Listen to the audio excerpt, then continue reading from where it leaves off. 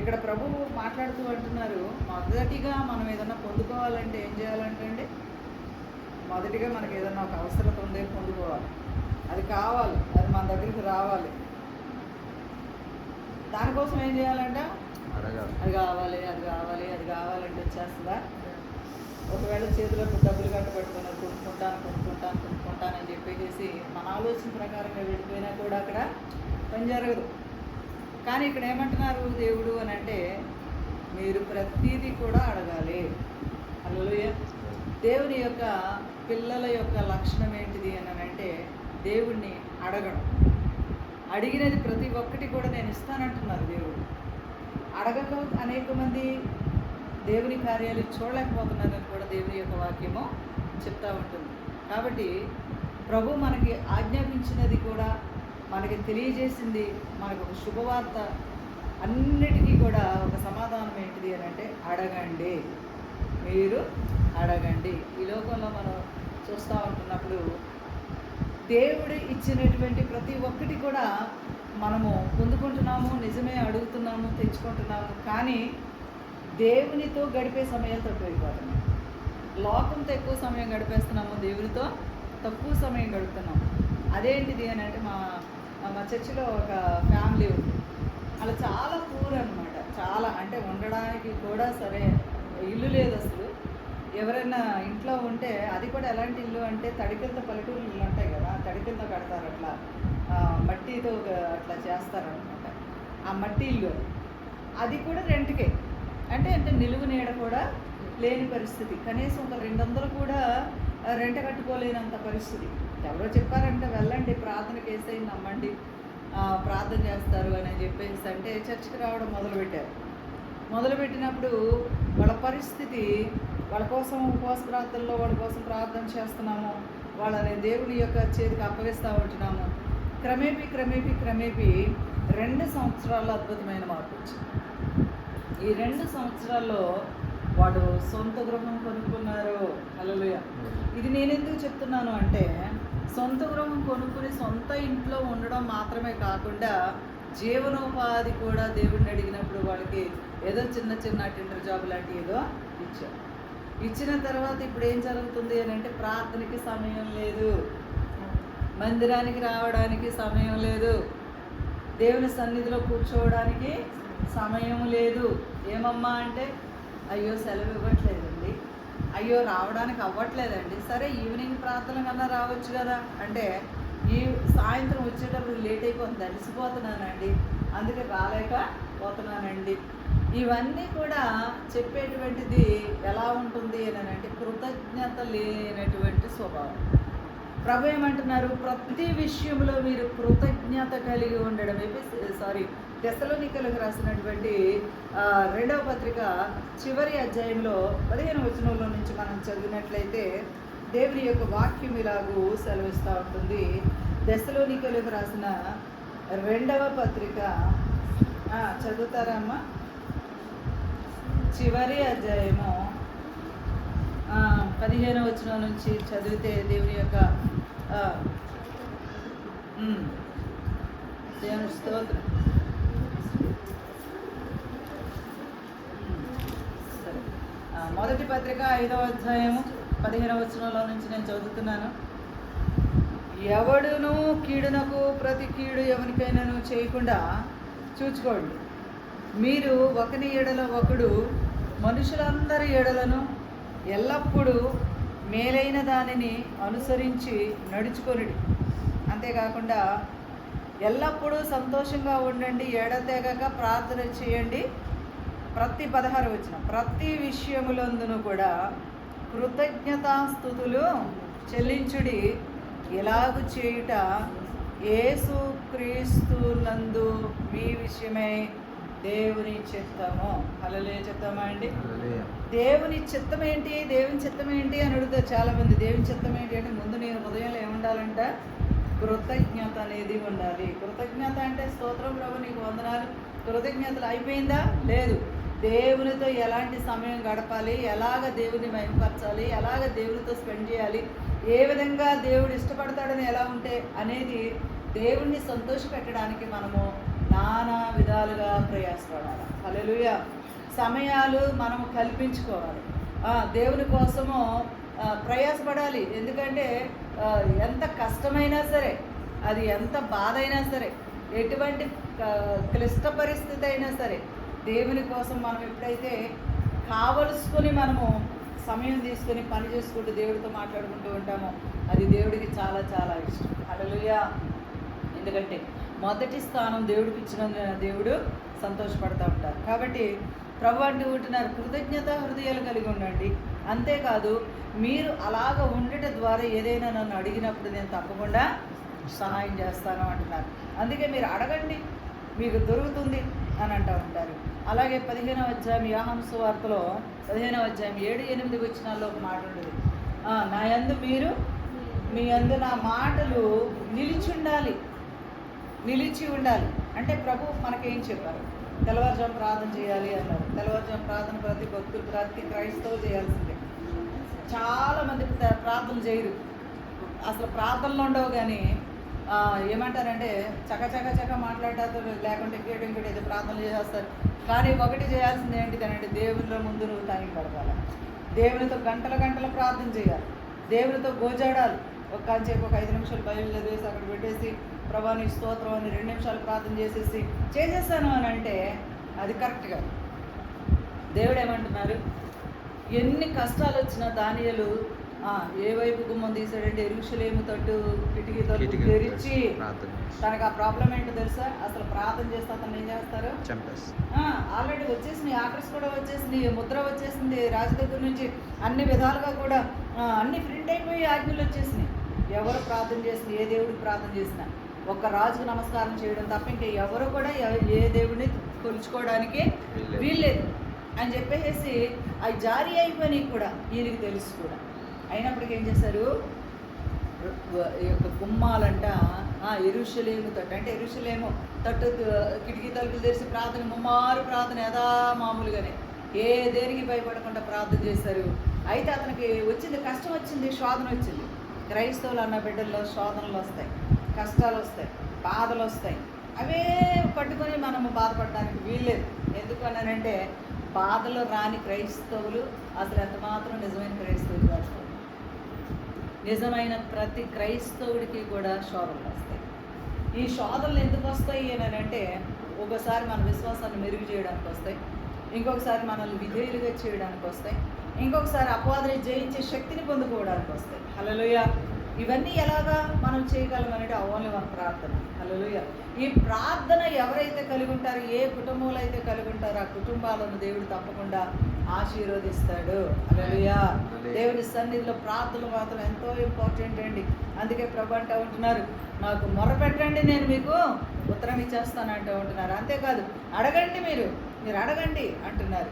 దేవుని యొక్క మాట ప్రతిరోజు దేవునికి మనం సమయం ఇవ్వాల్సిందే. చాలామంది అనుకుంటూ ఉంటారు, వాళ్ళకి ఏం పని ఉండదు కదా, ఇదే పని కదా అనుకుంటూ ఉంటారు. ఎవరికైనా దేవుడు ఒక్కడే. హల్లెలూయా. ఎవరికైనా ఒకటే మాట చెప్తూ ఉంటారు. దేవుడు ఏంటిది అని అంటే మొదటి ప్రాధాన్యత నాకు కావాలంటాడు దేవుడు. మొదటిగా నువ్వు లేవగానే ఎవరితో మాట్లాడాలి? దేవునితోనే మాట్లాడాలి. ప్రభువా అని లేవాలి, నీ అడుగు కింద పెట్టాలి. ప్రభువా తండ్రి అని అన్నాను. మనము అవి చాలా విషయాలు ఈ లోక శోధనలో గడిపోయి ప్రభుని మర్చిపోయి ప్రార్థన లేకుండా అనేకమైన సమయాలు గడపడం ప్రభు చూస్తూ ఉంటున్నారు. ప్రియమైన దైవజన్మ, ప్రభు అంటే ఉంటున్నారు, నేను తప్ప వేరొక దేవుడు నీకు ఉండకూడదు. పైన ఆకాశం అందే కానీ, క్రింద భూమి అందే కానీ, భూమి క్రింద నేల అందే కానీ ఏ రూపాన్ని కూడా నువ్వు చేసుకోకూడదు, వాటికి నువ్వు సాగిల పడకూడదు. ఎందుకు అని అంటే ఆ యొక్క అలాగా చేసేటువంటి వారి మీద కంట ఎన్ని తరాలు శాపాలు వస్తాయంటే అండి, 3-4 తరాల వరకు శాపాలు ఉంటాయంట. అదే దేవుని సన్నిధిలో ప్రార్థన చేసేటువంటి వారు, ఎందుకంటే దేవుడు అంత క్లియర్గా చెప్పింది, భూమి ఆకాశాలను సృష్టించింది ఆయనే గనక. హల్లెలూయా. మానవుణ్ణి సృష్టించింది ఆయనే గనక. అసలు మానవుణ్ణి సృష్టించడానికి ముందు మానవుడికి ఏం కావాలి అనేది ఈ లోకమంతటి మీద కూడా ఆయన సృష్టించి ముందుగా అప్పుడు మానవుడి భూమి మీద దించాడు. హల్లెలూయా. అంతగా మనల్ని అన్ని విధాలుగా సాగుతూ మనల్ని సెపరేట్ చేసి ఈ లోకంలో ఉన్నదంతటినీ కూడా ఆయన అధికారంలో ఉంచుకొని సమస్తము మీద ఆయన దేవుడై ఉన్నటువంటి ఆయన చెప్తున్నారు ఏంటంటే, నేనే నీకు దేవుడను. హల్లెలూయా. నేనే నీకు దేవుడను. నేను తప్ప ఇంకా ఎవరును దేవుడిగా అంగీకరించడానికి వీల్లేదని దేవుడు చెప్తా ఉంటున్నారు. ఈ రోజు నాడు ఏమంటారు, భయంకరమైనటువంటి మనుషులు మారుతూ వస్తున్నారు. అనేక మంది బిడ్డలు మారి దేవుడి వైపు తిరుగుతూ ఉంటున్నారు. గల కారణం ఏంటిది అని అంటే, యేసు నిజమైన దేవుడు. ఏ చరిత్రలో ఎదిగినా, ఎక్కడ ఉపనిషత్తులు చూసినా, ఎక్కడ చూసినా దేవుడు అనేటువంటి కాన్సెప్ట్కి వచ్చేటప్పటికి యేసు క్రీస్తు తప్ప మానవ జాతికి రక్షణ కల్పించడానికి దేవుడే మానవుడై వచ్చినటువంటి వారు ఎవరైనా ఉన్నారు అని అంటే, బైబిల్ గ్రంథాల్లో ఆది కాండం నుంచి ప్రకటన గ్రంథం వరకు కూడా అనేక మంది దేశాలు వేరు వేరు దేశాలు వేరు వేరు ప్రాంతాలు వేరు వేరు భాషలు, ఎవరికి ఎవరు తెలియనటువంటి వారు ఒకే భాషతో ఒకే మాట సెలవిచ్చింది ఏంటిది అని అంటే, నరుడుగా దేవుడి లోకానికి వస్తాడు, ఆయన పరిశుద్ధ రక్తాన్ని చిందిస్తాడు, ఆ రక్తము ద్వారా మానవుడి యొక్క ఆత్మకి రక్షణ. ఇది అంత సారాంశం బైబిల్. అది ఎవరైతే నమ్ముతారో, ఎవరైతే ఆయనను వెంబడిస్తారో, ఎవరైతే ఆ మాటను ప్రకటించడానికి ముందుకు వస్తూ ఉంటారో, దేవుడు వారి చెయ్యి పట్టుకుని మరి నడిపించి అద్భుతమైన కార్యాలు జరిగిస్తారు. హల్లెలూయా చెప్తామండి. అంతేకాదు, వారి వెనక ప్రభు హస్తం ఉంటుంది. వారి వెనక ప్రభు హస్తం ఉంటుంది. ఒకరోజు నేను గుడివాడ వెళ్ళాను. ఒక ఫాదర్, లూథరన్ చర్చి ఫాదర్ పిలిచారు అన్నమాట వాక్యం చెప్పడానికి, బాప్టిస్ట్ చర్చ్. అయితే వెళ్ళిన తర్వాత వాళ్ళందరూ కూడా సంబంధించి ఉన్నారు. దేవుని యొక్క ఆత్మను అంతగా అర్థం చేసుకోలేదు. ఆయన ఏమన్నారు అని అంటే, సిస్టర్, పరిశుద్ధాత్మ దేవుడిని నేను నమ్ముతున్నాను. నా వ్యక్తిగత పరిస్థితి ఏంటంటే, ప్రభుతో దేవుని ఆత్మ ద్వారా, ఆత్మ లేనివాడు నా వాడు కాదు అని చెప్పారు. దేవుని యొక్క వాక్యం నేను ఇప్పుడు వాక్యానుసారమైన పరిచర్యలోకి రావాలి. నేను హల్లెలూయా, వాక్యానుసారమైన పరిచర్యలోకి రావాలి. కాబట్టి నా జాబ్ ఇక్కడ ఉంది కాబట్టి నేను జాబ్ చేస్తాను. ఆ ప్రత్యేక పరిచర్యలు నేను స్టార్ట్ చేయబోతున్నాను. హల్లెలూయా, అది ప్రత్యేక పరిచర్య. ఓకే, దేవుని స్తోత్రం. ఆ నైట్ ప్రార్థన అయిపోయింది. 2 పూటలో నాకు సమయం ఇచ్చారు. అయితే నైట్ ఇంకా ప్రార్థన అయిపోయింది, ఇంకా మార్నింగ్ బయలుదేరి మేము వచ్చేస్తాం. ఆ సమయంలో నేను నా పెద్ద కొడుకు అనుకుంటున్నాను గుడివాడ తీసుకెళ్ళారు. ఆ టైంలో బాగా ఇంకా అతిథి కాలేజీలో ఇంజనీరింగ్ చేస్తున్నాడు. సరే, ఓకే, ఆ పక్కన పెడితే ప్రార్థన చేసుకోవడానికే మేము సిద్ధపడి మోకరించాను. నేను మోకరించిన తర్వాత స్తుతులు చెప్తానే ఉన్నాను. దైవ దర్శనం దేవుడిస్తూ ఉంటున్నారు. దానికి ముందు నేను ఆలోచించింది ఏంటిది అని అంటే, వెల్లమెల్లి అనేటువంటి ఆ పల్లెటూరు గ్రామం అనమాట. సరే, కొంచెం నాకు అక్కడ ఎందుకో ఉండాలని అంతగా ఇష్టపడలేకపోయాను. సరే, ఇంకా బాబుని అక్కడ పంపించి ఆ రోజు ఆదివారం సండే చూసుకొని మీరు వచ్చేయచ్చునానా, నన్ను డైరెక్ట్ కాకినాడ టికెట్ నాకు దివి తాడేపల్లిగూడెం టికెట్ నువ్వు తీసుకో అని చెప్పేసి నేను ఆల్రెడీ ముందు మాట్లాడేసుకొని సరే అమ్మ అన్నారు. బాబు పరిచర్యలో ఉన్నాడు. ఆ తర్వాత ఓకే అనుకున్నాము. సరే, దేవాని స్తోత్రం అని చెప్పేసి ప్రార్థన చేసుకుంటా ఉంటుంటే దేవుడు నాతో మాట్లాడుతున్నారు. హల్లెలూయా, దేవుడు నాతో మాట్లాడుతూ ఉంటున్నారు. ఇదిగో, ప్రజల నిమిత్తం నువ్వు ఎందుకు ఆలోచిస్తూ ఉంటున్నావు? నిన్ను పిలిచిన వాడను నేను, నీ ముందు నడిపించే వాడను నేను, పంపిన వాడను నేను కనుక నీ విషయమందు సమస్తము కూడా నేను చూసుకుంటాను. హల్లెలూయా. ఇంకా మాటకి ధైర్యం వచ్చింది. సరే ఇంకా అని చెప్పేసి ప్రభు మాట్లాడారని చెప్పేసి ఇంకా బయలుదేరి మేము వెళ్ళిన తర్వాత ఆ సండే భయంకరమైన దురాత్మలు పట్టుకున్నటువంటి వాళ్ళని దూర ప్రాంతాల నుంచి తీసుకుని వచ్చారు. అక్కడ ఎన్ని అద్భుతాలు! ఆ రోజు ఒక క్యాన్సర్ పేషెంట్ని తీసుకుని వచ్చారు. ఇవన్నీ కూడా దేవుడు మాత్రమే ఆయన చేయగలిగినటువంటి ఆయన కార్యాలు చేయడానికి మనల్ని నిలబెడతాడు. హల్లెలూయా. ఎప్పుడు అని అంటే, ప్రభువుకి మనము విధేయత చూపించినప్పుడు. విధేయత అనేది దేవుడికి చాలా ఇష్టము. కాబట్టి క్రియా సంబంధమైన విధేయత మనలో ఉంది. ప్రార్థన అనేది మనలో ఉండి, ప్రార్థన అనగా దేవుడితో ఎక్కువ టైం ముచ్చటించడమే, ప్రభుతో ఎక్కువ టైం మాట్లాడుతూ ఉండడం, ప్రభు దృష్టిలో మనం అస్తమాటికి వెళుతూ ఉండడమే ప్రార్థన. అప్పుడు మనం ఎలా నడవాలి, ఎలా చేయాలి, ఏ విధముగా నడవాలి అంతా కూడా దేవుడు మనల్ని బోధిస్తూ నడిపిస్తూ ఉంటారు. అంతేకాదు, మన ఆలోచనకి ఆయన ఆలోచన అందజేస్తూ ఉంటారు. ఏది చేయాలో ఆయన మనకు చెప్తూ ఉంటారు. దేవునికి స్తోత్రం కలుగును గాక. ఈ లోకంలో శోధనలు ఎలా జయించాలో నేర్పిస్తూ ఉంటారు. అనేకమైన విషయాలు మనకు తెలియజేస్తూ ఉంటారు. నిజముగా దేవుడు మొరపెట్టేవారు అని అంటున్నారు దేవుని యొక్క వాక్యంలో. నిజముగా మొరపెట్టేవారు ఉంటారు, వేషధారుడుగా బ్రతికేవారు ఉంటారు, పైన భక్తి పులుముకునే వాళ్ళు ఉంటారు. కానీ దేవుడు ఎవరిని చూస్తున్నారు అని అంటే హృదయ అంతరంగంలోకి చూస్తున్నారు. ఏ మనుషులు కూడా సాక్ష్యం ఇవ్వాల్సిన అవసరం ఆయనకి లేదు. అందుకనే ప్రభు అంటూ ఉంటున్నారు, అంతరంగమును హృదయాంతరంగమును గమనించేటువంటి దేవుడు, గ్రహించేటువంటి దేవుడు, పై రూపాన్ని కాకుండా నీ యొక్క హృదయాన్ని నేను పరిశీలన చేస్తున్నాను అంటున్నాడు దేవుడు. కాబట్టి మనము ఎవరి దృష్టిలో ఉండాలి? దేవుని దృష్టిలో ఉండాలి.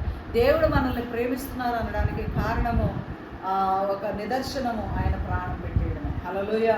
ఎవరు కూడా మన కోసం ఎవరు ప్రాణం పెట్టలేరు, ఎవరు కూడా త్యాగం చేయరు, ఎవరు చేయరు. కానీ మన ఆత్మ నరకానికి వెళ్ళకుండా ఉండదు. నరకం అనేది ఉంది జాగ్రత్త. నరకము అనేది నన్ను దేవుడు ఒక పక్షి రెక్కల మీద తీసుకొని వెళ్ళి లోపలికి తీసుకుని వెళ్ళి ఇది నరకం అని చూపించారు. ఒక సెక్షన్ అంటారు అంతే. అసలు ఆ భయంకరమైనటువంటి దర్శనం వచ్చిన తర్వాత నేను దగ్గర 10 లంకణాలు అంటారు కదా, టైఫాయిడ్ జ్వరం వచ్చేసినట్టుగా ఉలుకు పడతా ఉండేదాన్ని. అంత భయంకరంగా ఉందండి. ఇంజక్షన్లు అయ్యో నాకు అంత భయంకరంగా ఉంది నరకం అంటే. అది ఒక చిన్న సెక్షన్ అంటే అంతే దేవుడు చెప్పారు. అందులో వెళ్ళమెల్లి ప్రజలు చాలామంది అందులో ఉడికిపోతున్నారు. చాలా లక్షలు ఏంటండి, ఎన్ని కోట్ల మంది అందులో ఉడికిపోతున్నారు, చావట్లేదు, స్కిన్ రాలిపోతుంది, స్కిల్టన్ లాగా అయిపోతున్నారు.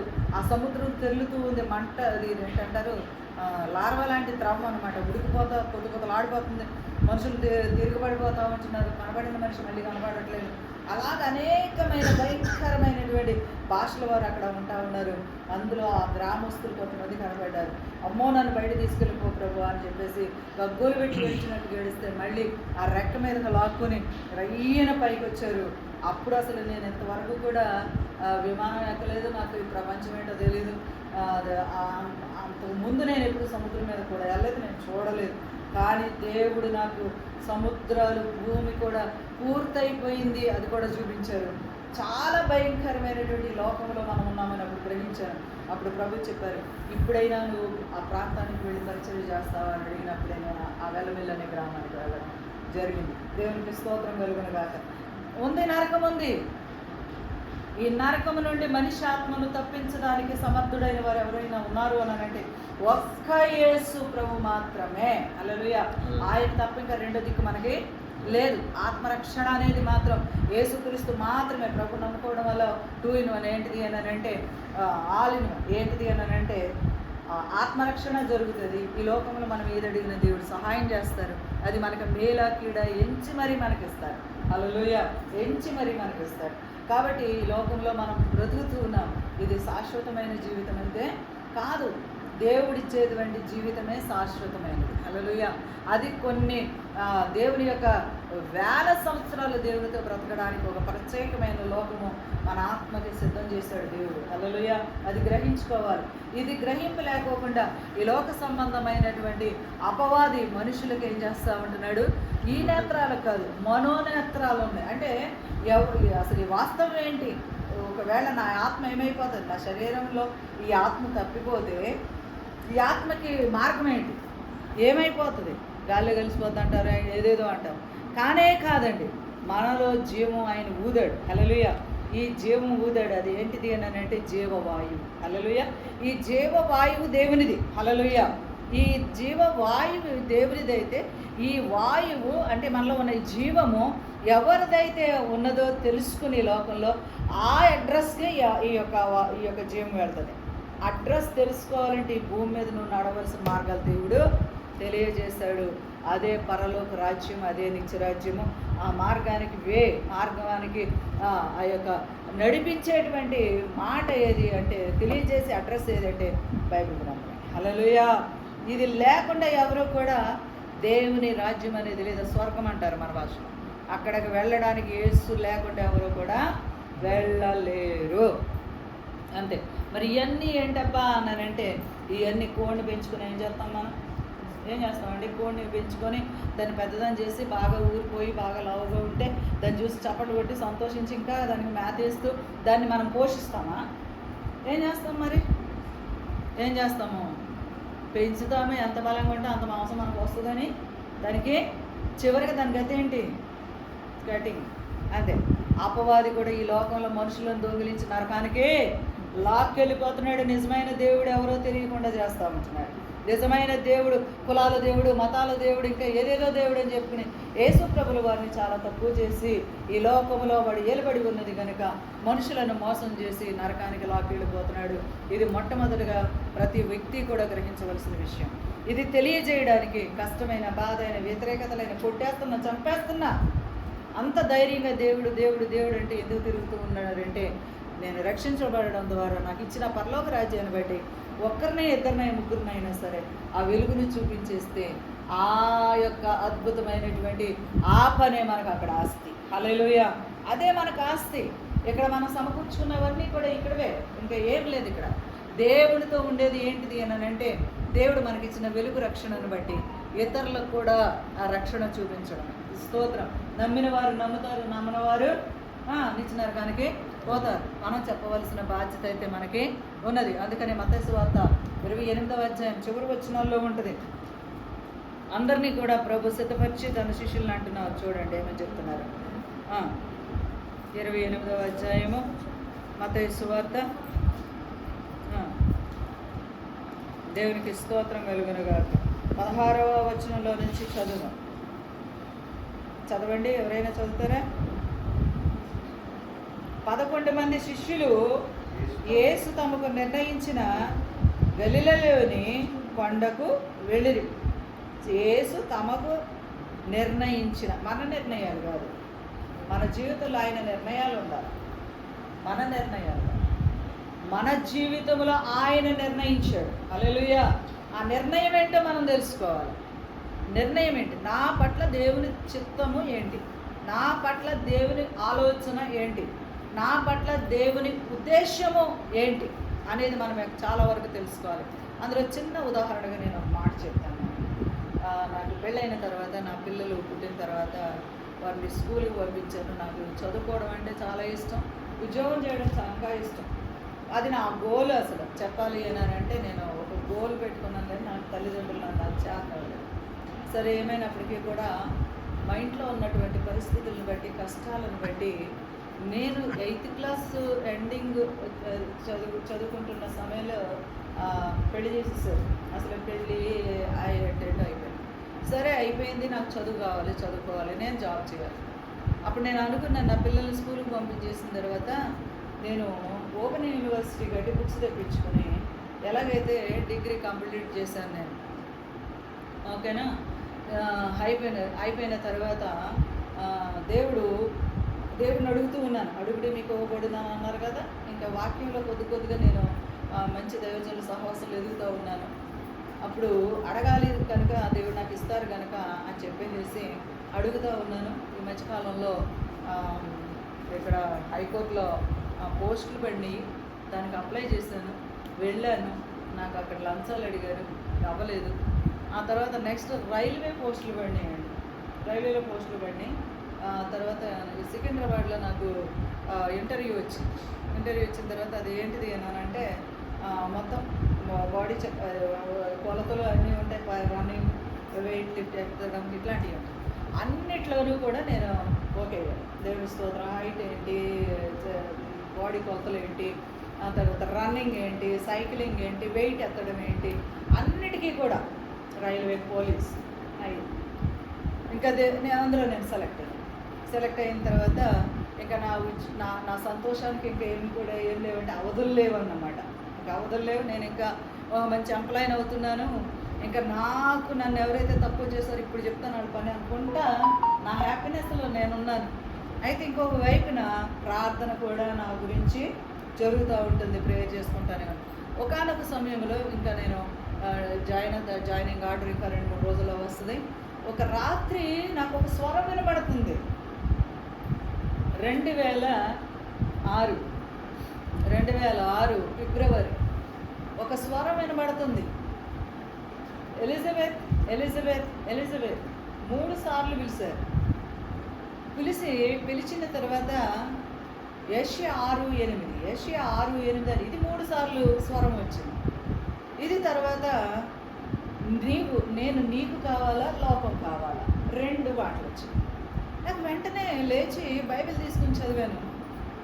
ఎవరిని పంపెదను నా నిమిత్తము ఎవరు వెళ్తారు? నేనున్నాను ప్రభా, నన్ను పంపించు. ఓకే, ఇదన్నీ తీసుకెళ్ళి నా దేవజనులు అడిగాను, ఏంటయ్యా ఇది అని అంటే ఆయన ఒకటే చెప్పారు, నువ్వు ఉద్యోగం కాదు, దేవుడు నీవు కావాలి, నేను కావాలి, లోకం కావాలంటే నీకు జాబ్ కావాలా, నేను కావాలన్నట్టు అడుగుతున్నారు. నాకు అర్థమయ్యేలాగా చెప్పండి అయ్యా అని అంటే, ఉద్యోగం మాట నువ్వు ఎత్తొద్దు, దేవుని పరిచర్యలోకి రా. నాకు అసలు అందులో అలరు పరిచర్యలు నాకు ఏమీ కూడా అసలు నాకు తెలీదు, ఏ పరిచర్య నేనేం చేస్తాను నాకు అసలు ఏం తెలీదు అని చెప్పేసి నాకు అసలే భయం అండి, చాలా భయం. అలాంటివి నాకు తెలియదు, నేను ఎట్లా వస్తానండి, నాకేం తెలియదండి, నాకు అసలు కనీసం పాడుకోవడం కూడా రాదు కదా నాకు. నేను అవన్నీ కూడా పిలిచిన వాడే చూసుకుంటాడు. హల్లెలూయా, అవన్నీ పిలిచిన వాడు చూసుకుంటాడు. అబ్బాయి లేదు ఇలాగే చెప్తారు, నేను జాబ్లో జాయిన్ అయిపోతానని చెప్పేసి ఇంకా సికింద్రాబాద్ వెళ్ళాను, అవన్నీ పట్టుకొని వెళ్ళాను. ఆడేమన్నారు అంటే 80,000 సారీ 1,80,000 తెచ్చి టేబుల్ మీద పెట్టమన్నారు. ఓహో, మళ్ళీ అది కూడా సిద్ధమైపోయింది. మా అమ్మగారు ఏదో నాకు పొలం ఇచ్చారండి, అది కూడా అమ్మేసేసి ఆ డబ్బు తెచ్చేసేసి కట్టేద్దామని చూసాను. అది బేరాలు పెట్టేసాను, ఒక్కడం అంటున్నాను. ఏ విధంగా చూసినా కూడా నాకు బ్రేక్లు వచ్చేస్తూ ఉంటున్నాయి. మళ్ళీ ఎక్కడికి వెళ్ళాల్సి వచ్చింది, మళ్ళీ మా బాస్ గారి దగ్గరికి వెళ్ళి అయ్యా ఇది అవుతలేదు అంటే, నేను చెప్పాను అది అవ్వదు అని చెప్పేసి, అయ్యా సెలెక్ట్ అయ్యాను కదా, ఇలా కదా అలా కదా అంటే, లోకంలో కలిసిపోయింటే దేవుడిని మర్చిపోతావు నువ్వు. దేవుడు నీ ద్వారా ఏం చేయాలనుకుంటున్నారు అది చేయాలంటే, ఆయన యొక్క ఉద్దేశం తెలుసుకోవాలంటే ఉపవాసం పెట్టి ప్రార్థన చేయాలి అంతే. 7 రోజులు అనుకుంటా ఫాస్టింగ్ ఉన్నాం, ప్రార్థన చేశాం, దేవుడు దర్శించారు. హల్లెలూయా, చేయబట్టుకున్నారు, రమ్మని పిలిచారు. చివరికి ఇది గ్రామం చూపించారు. అక్కడ దేవుడు ఏం చేయాలో చూపించారు, అక్కడ ఏ శోధనలు వస్తాయో చూపించారు, ఎటువంటి వాటిని మనుషుల్ని ఎదుర్కోవాలో చూపించారు, కుటుంబంలో నుంచి కూడా ఎలాంటి పరిస్థితులు వస్తాయో చూపించారు, వాటిని ఎలా ఎదుర్కోవాలో చూపించారు. సమస్తము కూడా ఎవరు మంచివాళ్ళు, ఎవరు ఎటువంటి వాళ్ళు, ఎవరితో మాట్లాడాలి, ఎవరితో మాట్లాడకూడదు, ఒక చిన్న బిడ్డకి తల్లి బోధించినట్టుగా ప్రభు చూపించారు. హల్లెలూయా, ఎంతకంటే ఏం కావాలి? ఓకే ప్రభా, ఆ దేవుని యొక్క అద్భుతమైన మాటలో ఉన్నటువంటి శక్తి ప్రభావాలు నాలో ప్రవేశించినాయి.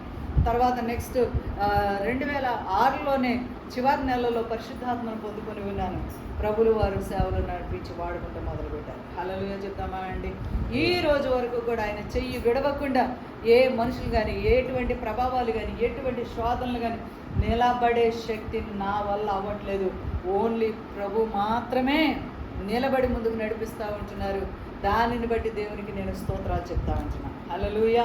ఈ రోజు నాడు చాతబడులు చేసేవాడు మారారు, దొంగలు మారారు, రౌడీలు మారారు, ఇంకా భయంకరమైనటువంటి మనుషులు మారారు, ఇంకా నా మీద చాతబడి చేసినోడు మారారు. హల్లెలూయా. ఇవన్నీ కూడా దేవుని యొక్క రుజువులు. క్యాన్సర్ రోగాల నుండి స్వస్థత పరచడం, దేవుడు అద్భుతాలు ఇచ్చేయడం, బిడ్డలేని వారికి పిల్లలను ఇవ్వడం, ఇలాంటివి ఎన్నో కార్యాలు నేను ఉన్నాను అని ఆయన రుజువు చేసుకుని మరి ఆయన కార్యాలు జరిగిస్తూ ఉంటుండగా ఈ రోజు నాడు ప్రభు మహిమను గురించి బయటికి చెప్పుకోవడానికి అర్హతను ధైర్యమును ఇచ్చి నడిపిస్తున్న వారు దేవుడే. హల్లెలూయా. ఇదేమైనా సాఫీగా వెళ్ళిపోతుందా అని అంటే అడుగడుగున శోధనలే, అన్ని విధాల శోధనలే, మానసికమైన శోధనలు, శారీరకమైన శోధనలు, మనుషులను బట్టి శోధనలు, సమాజాన్ని బట్టి శోధనలు ఎన్నో ఎదుర్కొంటూ ఉంటుండగా ప్రభు ఒకటే అంటున్నారు, నేను ఉన్నాను. హల్లెలూయా, నేను ఉన్నాను. ప్రతి బిడ్డతో చెప్పేది ప్రభు అది, నేను ఉన్నాను. హల్లెలూయా. ఆయన ఉన్నారు అనేటువంటి ఒక అద్భుతమైనటువంటి అభయము మనకి దేవుడు ఇచ్చి ఉంటుండగా దానిని మనం ఏం చేయాలి అని అంటే సాధన చెయ్యాలి. హల్లెలూయా, సాధన చేయాలి. చిన్న విషయాల్లో పడిపోవడం, లేదు అంటే దేవుడు లేడంటాం, ఏదైనా చిన్న శోధన వచ్చి బాబా వద్దులే అంటడం, లేదంటే ప్రార్థన లేకపోవడం, దేవుడు ఉంటే ఎలా చేస్తాడా అనడం, దేవుడు నా ప్రార్థన వినడం లేదు.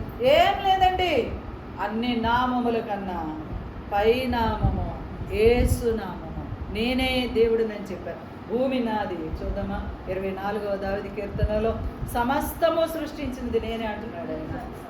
భూమి నాది, దాని చుట్టుకొలత కూడా నేనే, ఆకాశము సమస్తాన్ని సృష్టించింది నేనే దేవుడు. అందులో జనాలు కూడా నా వాళ్ళే. హల్లెలూయా చెప్తామండి, ఆయన వాళ్ళే, మనం ఇంకెవరికి చెందిన వాళ్ళం, దేవునికే చెందిన వాళ్ళం.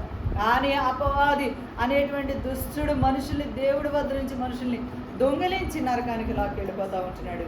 దీనిని బట్టి మనం గ్రహించాలి. అందుకే మనోనేత్రాలను గుడితనం కలుగజేసేటువంటి ఆ దురాత్మల్ని ఎదిరించి మన పరిచర్య చేయాలి. హల్లెలూయా. ఇప్పుడు చదవండి మత్తయి సువార్త చివరి అధ్యాయంలో. స్తోత్రం. వారు ఆయనను చూచి ఆయనకు మృక్కిరి కానీ కొందరు సందేహించిరి.